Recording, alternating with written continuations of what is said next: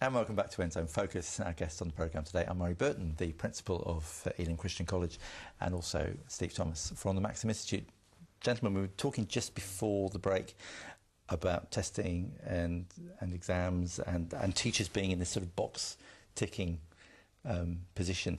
How do teachers feel about the prospect of national standards? Well, I think it depends who they listen to. There are vested interest groups who have spoken very loudly against the standards, and they're getting all the airplay at the moment. It's interesting, as I read all the media output, has really been principals or teacher unions. I don't think I've heard too much from a Scale A primary teacher on the ground as to what they're going to do. New Zealand education has never been around, and certainly years 1 to 8, around a lot of formal sit-down writing tests at sort of end of summative type things. It's been more of a formative type assessment progress where you're getting a running record done, and then on the basis of that you move to the next level, and there's some feedback and some dialogue and next step sort of process, and that's really good. I think we've got a lovely fluid, flexible curriculum where that can happen. And I actually think that for the 90% of primary school teachers, I would really back their ability in assessment and knowing their kids.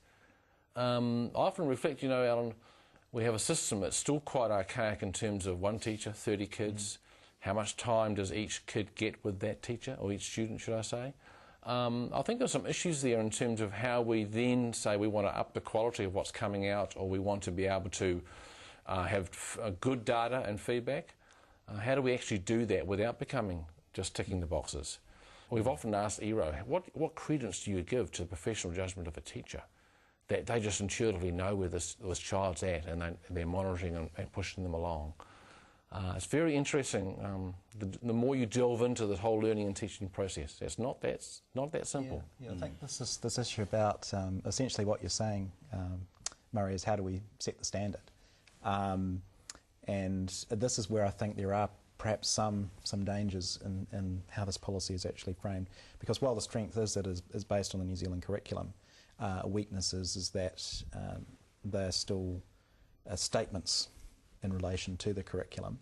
They're not actually based so much on norms derived from how students actually achieve. Now, the ASTEL test that I mentioned earlier does try and do this. It has a database of student achievement against reference questions, and from that we're able to construct expected rates of progress or estimates of where children should be. So if you think about it, when you're trying to measure your child's height, for example, and they grow, say, 3 or 4 inches in 1 year, that number is meaningless unless we know where a child should be and how much height should they be gaining over a period of time from one point in time to another. So in terms of thinking about the standards policy, I think we need to have that sort of approach to it as well. It would be much better, I think, the policy could be improved if we set the standards in relation to how students in our schools are actually achieving. So we've got an upper range of achievement and a lower range of achievement, and then we can look at the growth that kids are making in classrooms across the country in relation to those sorts of norms. It does become difficult when we just pick a norm out of the year almost and then say, well, you have or have not met that standard.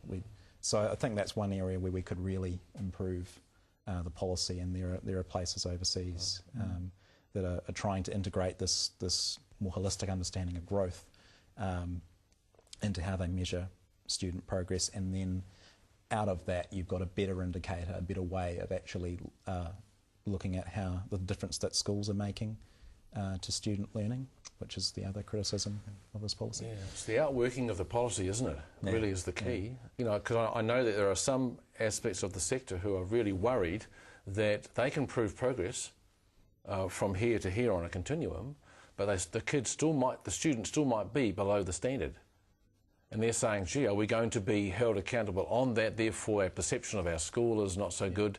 People have got serious concerns about that. That's also the children's starting point as well when they come into a school year. And it's all different, isn't it? The school has no control over. That's right. And there's some things that came up in the consultation which I'm not sure have been properly dealt with in terms of how the policy is now being rolled out. We can't stop the implementation of standards now. It's legislation that's being rolled out.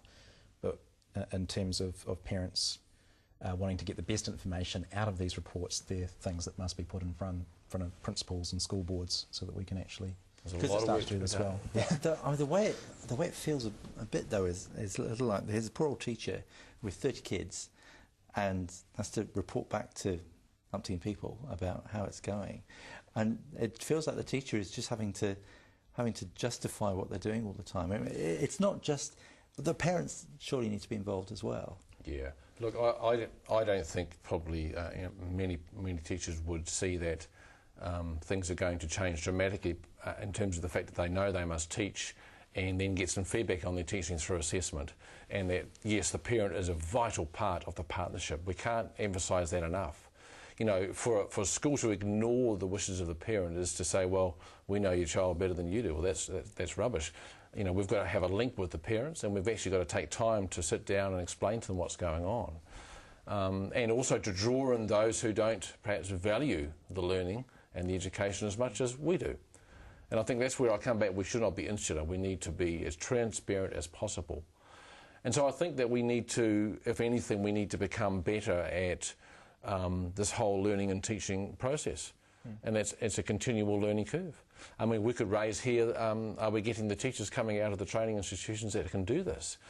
We talk about kids coming with raw material. What about the teachers coming with raw material? There's so many factors. And I just think that, I think actually New Zealand will embrace this if it's unfolded in the right way, valuing the sector and talking to the people that matter. Now, you're always going to have these vested groups like unions and that sort of thing.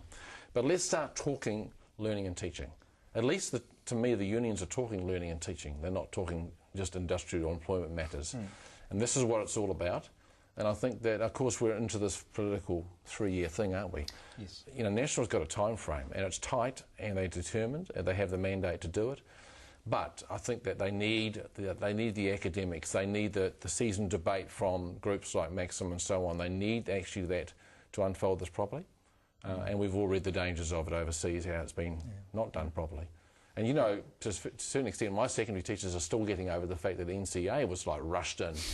And there's been a lot of reviews of NCA, there's been upgrades of standards and things like that. So maybe we're going down the same track.